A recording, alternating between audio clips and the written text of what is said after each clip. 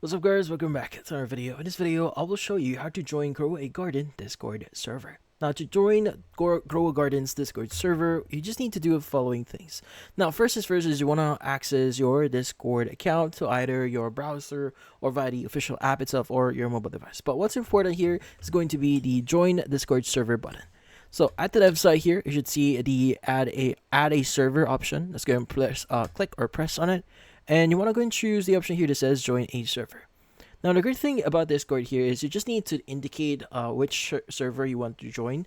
So if you want to join Grow a Garden, just type in Grow a Garden and just click on join server. Now this will automatically redirect you into Grow a Garden server, so it might take some time to load up, but as you can see, this is Grow a Garden.